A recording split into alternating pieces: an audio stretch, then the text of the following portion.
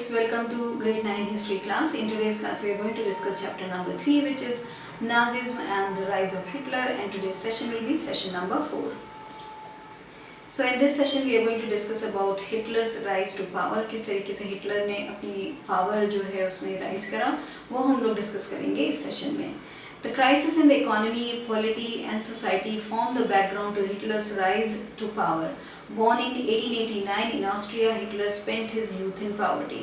So जो ये crisis चल रही थी जर्मनी में, इकोनॉमी में, सोसाइटी में, हर तरीके से वहाँ पे जो क्राइसिस चल रही थी उसने जो एक बैकग्राउंड है वो तैयार कर दिया हिटलर के राइज का पावर में, जो हिटलर पावर में आया उसके लिए. सो ऑल दीज थिंग्स जो थी टुगेदर उन लोगों ने एक एक प्लेटफॉर्म दे दिया हिटलर को राइज होने का. एंड हिटलर जो थे वो ही वॉज बॉर्न इन 1889 में, वो बॉर्न हुए थे ऑस्ट्रिया में. एंड हिटलर की जो यूथ था वो बहुत ही पॉवर्टी में गुजरा. ही वॉज बहुत जो गरीब एक घर के थे हिटलर, वैसे थे वो.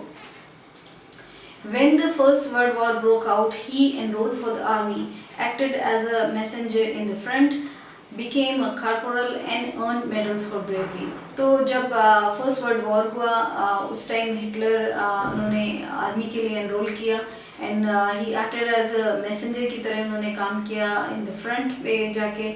एंड वो फिर एक कॉर्पोरल बने and also he earned medal for his bravery. तो उन्होंने काफ़ी सारे मेडल भी जीते अपनी ब्रेवरी के लिए. So this is all that Hitler ने जो पावर है उसमें आने से पहले ये सब किया. तो वो आर्मी में एनरोल हुए फर्स्ट वर्ल्ड वॉर के टाइम में एंड देन उन्होंने वो कॉर्पोरल भी बने एंड उनको जो उनकी ब्रेवरी है उसके लिए काफ़ी सारे जो मेडल्स हैं वो भी दिए गए.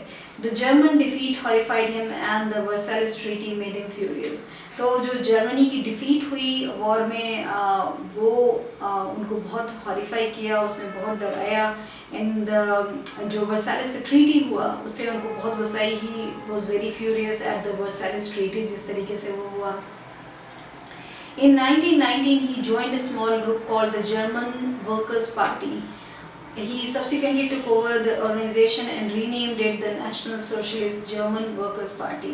तो in 1929 में उन्होंने एक ज्वाइन करा, हिटलर ने एक स्मॉल ग्रुप जिसका नाम था जर्मन वर्कर्स पार्टी को ज्वाइन करा. एंड उसके बाद सब्सिक्वेंटली उन्होंने टेक ओवर कर लिया वो ऑर्गेनाइजेशन और उसके बाद he renamed it to National Socialist German Workers Party. तो उन्होंने फिर उसका नाम चेंज करके उसको National Socialist German Workers Party कर दिया. तो दिस इज़ हाउ हम लोग देखें कि बैकग्राउंड में किस तरीके से जो हिटलर है उनका राइज हुआ, किस तरीके से सारी जो बैकग्राउंड था क्रिएट हुआ जिससे कि हिटलर का राइज हुआ पावर में. This party came to be known as a Nazi party. तो ये जो पार्टी जो हिटलर ने पहले ज्वाइन करी, जो एक छोटा सा ग्रुप था उन्होंने ज्वाइन करा जर्मन वर्कर्स पार्टी का, उसके बाद उन्होंने इसका नाम चेंज कर दिया, national Socialist German Workers Party कर दिया. फिर उसके बाद यही पार्टी जो है वो बन के आई आगे नाजी पार्टी के तरह. नाजी पार्टी जो बनी, जो बहुत बड़ी पार्टी बन गई, फिर वो यही पार्टी थी जो आगे जाके नाजी पार्टी बनी. It was during the Great Depression that Nazism became a mass movement. As we have seen, after 1929, banks collapsed and businesses shut down, workers lost their jobs and the middle classes were threatened with destitution. तो ये it was during the great depression का जब वो time था, उस time में ही जो Nazism है, जो नाजी पार्टी है, जो उनके बिलीफ हैं, वो सारी चीज़ें वो एक मास मूवमेंट बन गई at that time.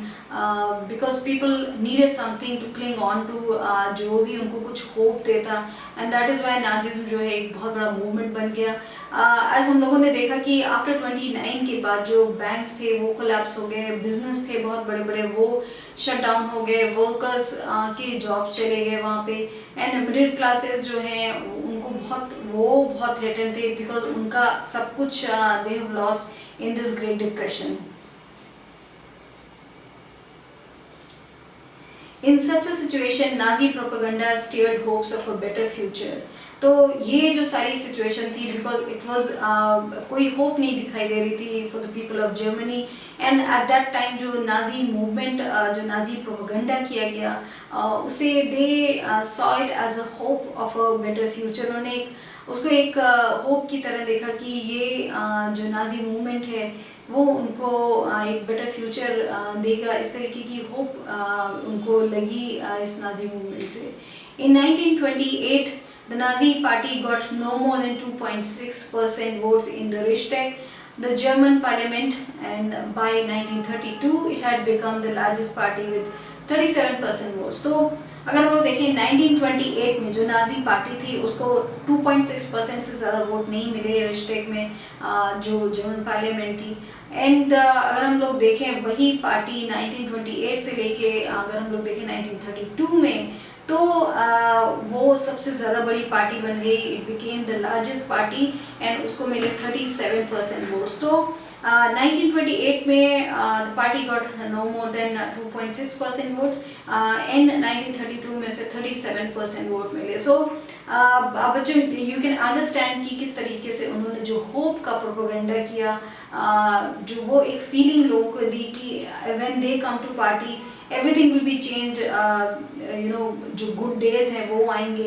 That is why people voted for that hope. Hitler was a powerful speaker. His passion and his words moved people. He promised to build a strong nation, undo the justice of the Versailles Treaty, and restore the dignity of the German people. तो Hitler जो था वो एक powerful speaker था, and that is why when he spoke तो लोग जो थे they could believe what he was saying. His passion and his words moved people. जो उसका passion था and the way वो speeches देते थे, वो जो चीज़ें थी वो लोगों को बहुत ज़्यादा move करती थी. And he promised, लोगों को उन्होंने promise किया कि he will build a strong nation. जो justice नहीं हो रहा है, जो injustice है वर्साइलेस ट्रीटी का, उसको ख़त्म करेंगे और restore करेंगे वो dignity जो जर्मन लोगों की है वो. He promised employment for those looking for work and a secure future for the youth. तो उन्होंने एम्प्लॉयमेंट जो है उसका प्रॉमिस किया कि लोगों को वो एम्प्लॉयमेंट देंगे, एंड जो लोग काम देख रहे हैं he will provide work for those people, and लोगों को एक सिक्योर फ्यूचर मिलेगा. जो यूथ हैं उनको एक सिक्योर फ्यूचर दिया जाएगा. He promised to weed out all foreign influences and resist all foreign conspiracies against Germany.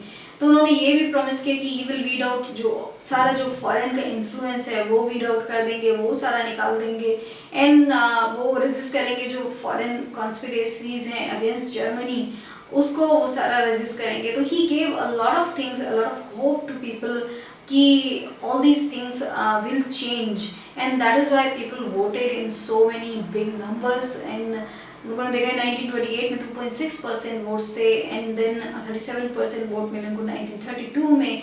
And it all happened because of all of this, because of all the promises that he did, because he was a good speech वो इतनी अच्छी देते थे, and people could believe what he was saying. The destruction of democracy. On 30 January 1933, President Hindenburg offered the chancellorship, the highest position in the cabinet of ministers, to Hitler. तो 30 जनवरी को जो president Hindenburg थे उन्होंने जो Hitler थे उनको चांसलरशिप offer करी, जो कि हाईएस्ट पोजीशन है कैबिनेट ऑफ मिनिस्टर्स का. Having acquired power, Hitler set out to dismantle the structures of democratic rule. Now when Hitler came into power, then he set out to dismantle the whole जो structure of democratic rule है उसको उन्होंने dismantle करना शुरू कर दिया. A mysterious fire that broke out in the German Parliament building in February facilitated his move. तो जो एक mysterious fire जो broke out हुई जो जर्मनी की पार्लियामेंट में हुई, उसकी बिल्डिंग में हुई फरवरी में, उसने उनके जो ये मूव थे उसको और ज़्यादा फैसिलिटेट कर दिया. The fire decree of 28 February 1933 indefinitely suspended civic rights like freedom of speech, press and assembly that had been guaranteed by the Weimar Constitution. Now जो फायर डिग्री थी 1933 की 28 फरवरी उससे जो फ्रीडम ऑफ स्पीच है, जैसे civic rights हैं and press and assembly, जो कि ये सारे राइट्स जो वीमार कॉन्स्टिट्यूशन में ग्रांट किए गए थे, उन सब पे रोक लगी। वो सारे जो राइट्स थे, सिविक राइट्स, वो सारे सस्पेंड हो गए। Then he turned on his arch enemies the communist, most of whom were hurriedly packed off to the newly established concentration camps. Now उसके बाद he moved to his arch enemies जो उसके थे Hitler के, he moved to them, जो communist थे उन्होंने जो most of them थे उनको hurriedly उन्होंने ही packed off to new established जो उनका concentration camps थे, जो बहुत ही ज़्यादा infamous concentration camps थे, वहाँ पे उन्होंने उन सबको भेज दिया। On 3rd March 1933, the famous Enabling Act was passed. This act established dictatorship in Germany. It gave Hitler all powers to sideline parliament and rule by decree. Now, 3rd March 1933 को जो famous Enabling Act है उसको पास किया गया, and ये जो act है उसने इस्टेब्लिश कर दिया डिक्टेटरशिप को जर्मनी में, एंड उससे Hitler got all the powers to sideline parliament in rule by decree. तो उसको ये सारे जो रूल्स थे वो सारे he had all the powers in his hand and he could do whatever he wanted to do, and this is how उसके पास जो सारी पावर्स थी वो आ गई, एंड उसको जो भी करना था नाउ वो कर सकता था whatever he wanted. All political parties and trade unions were banned except for the Nazi party and its affiliate. तो सारे जो पॉलिटिकल पार्टी थी एंड ट्रेड यूनियन से सबको बैन कर दिया गया, एक्सेप्ट जो केवल नाजी पार्टी थी जो हिटलर जिसको बिलोंग करते थे, केवल नाजी पार्टी उनके एफिलिएट्स को रखा गया, बाकी सारे जो पार्टीज थी उनको बैन कर दिया गया। The state established complete control over the economy, media, army and judiciary.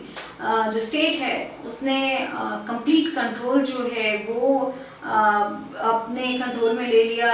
Economy, media, army and judiciary सारी चीज़ों पे उन्होंने अपना कंट्रोल पूरी तरीके से एस्टैब्लिश कर लिया। Special surveillance and security forces were created to control and order society in ways that the Nazis wanted. तो स्पेशल जो सर्वेलेंस है और सिक्योरिटी है फोर्सेस वो क्रिएट की गई टू कंट्रोल जो ऑर्डर है सोसाइटी में उसको बनाए रखने के लिए, जिस तरीके से नाजी जो लोग थे वो चाहते थे, तो वो सारी चीज़ें एनफोर्स की गई, what ever the rules and regulation and the ways वो चाहते थे, उसके लिए स्पेशल सर्वेलेंस है और सिक्योरिटी फोर्सेस हैं वो लगाए गए। People could now be detained in Gestapo torture chambers, rounded up and sent to concentration camps, deported at will or arrested without any legal procedures. तो अब बिकॉज डिक्टेटरशिप हो गया था तो नाउ लोगों को वो कभी भी डिटेन कर सकते थे, कंसंट्रेशन कैंप्स में भेज सकते थे, जो टॉर्चर चैम्बर्स थे वहाँ पे वो भेज सकते थे, कभी भी किसी को वो डिपोर्ट कर सकते थे, अरेस्ट कर सकते थे विदाउट कोई भी लीगल प्रोसीजर के बिना वो किसी को भी अरेस्ट कर सकते थे। And the police forces acquired powers to rule with impunity.